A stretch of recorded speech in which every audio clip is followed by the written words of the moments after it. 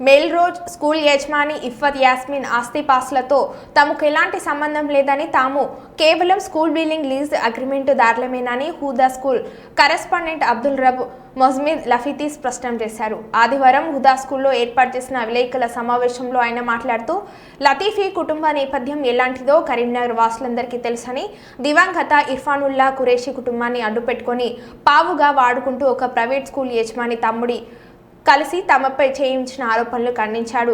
తమను హుదా మాఫియా అని, కబ్జాదారులమని సోషల్ మీడియాలో అబద్ధాలు ప్రచారం చేస్తున్నారని, ఎవరు మాఫియానో, ఎవరు కబ్జాదారులో, గుండాలు ఎవరో, ధర్మం పక్షాన్ని నిలబడి నిజాయితీవంతంగా జీవించేది ఎవరో కరీంనగర్ సమాజానికి అందరికీ చరిత్ర తెలుసని వారన్నారు.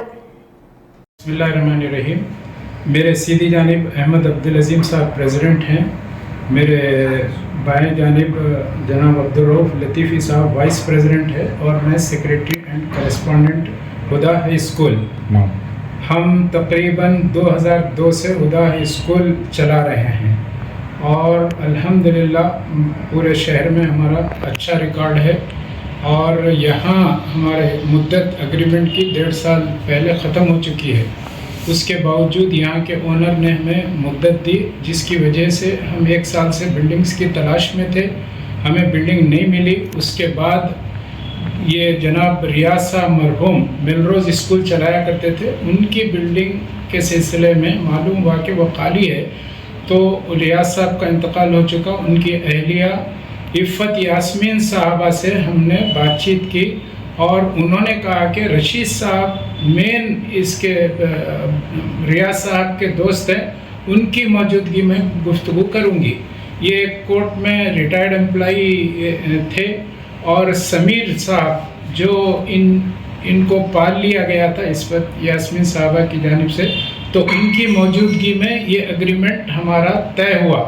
एग्रीमेंट ये हुआ कि 80,000 किराया होगा, 2,40,000 एडवांस होगा और जो भी, चूँकि बिल्डिंग इस काबिल नहीं थी कि हम शिफ्ट हो सकें, चुनाचे रिनोवेशन के लिए हमने जो है उनसे दरख्वास्त की, तो उन्होंने कबूल कर लिया और कहा कि जितना भी पैसा रिनोवेशन पर खर्च होगा वो किराए में से 30,000 रुपये के हिसाब से वो कट कर लें।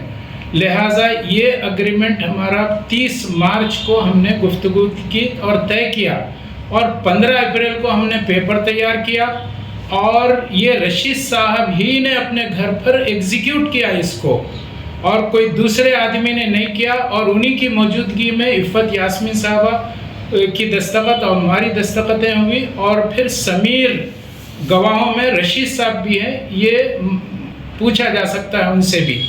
और ये हमारा एग्रीमेंट तैयार हुआ, हमको कब्ज़े में उन्होंने इमारत दे दी और हमने काम शुरू किया। अप्रैल से तकरीबन हम काम कर रहे हैं, इंजीनियर से कॉन्ट्रैक्ट हुआ, पूरे लोग मौजूद हैं काम करने वाले, पूरे गवाह हैं और पूरे महल्ले में गवाह हैं जो काम हो रहा है। बाजू भी हमने एक बिल्डिंग इमारत ली है, उसमें भी काम चल रहा है। लेकिन इफ़्फ़त यास्मीन साहबा का अल्लाह उनकी मग़फ़िरत फरमाए, अचानक 7 सितंबर रात 2:30 बजे इंतकाल हुआ। ज़ाहिर है कि उनके कोई वरसा, हम समझ रहे थे कि कोई नहीं है।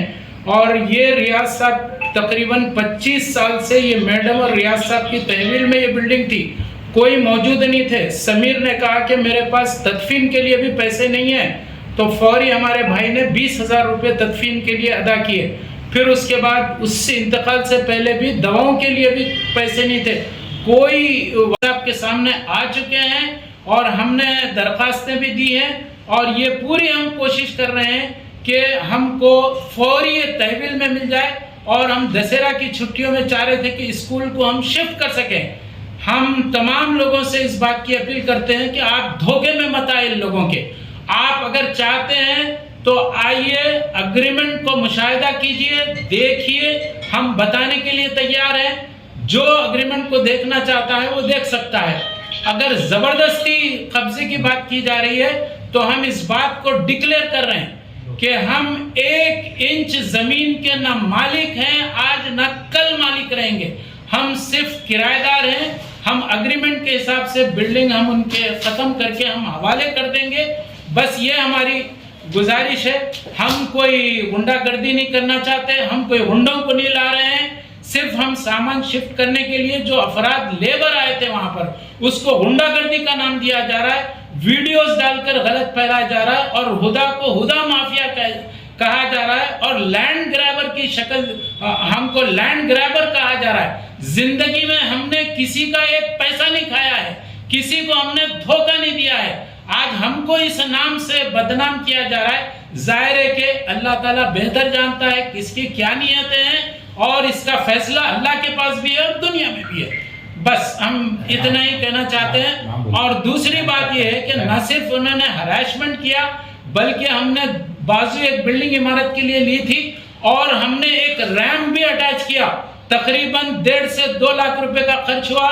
उस रैम को हमने पर्सनली मिनहाज नामी शख्स से जो है हमने बताया कि वो कट ना करवा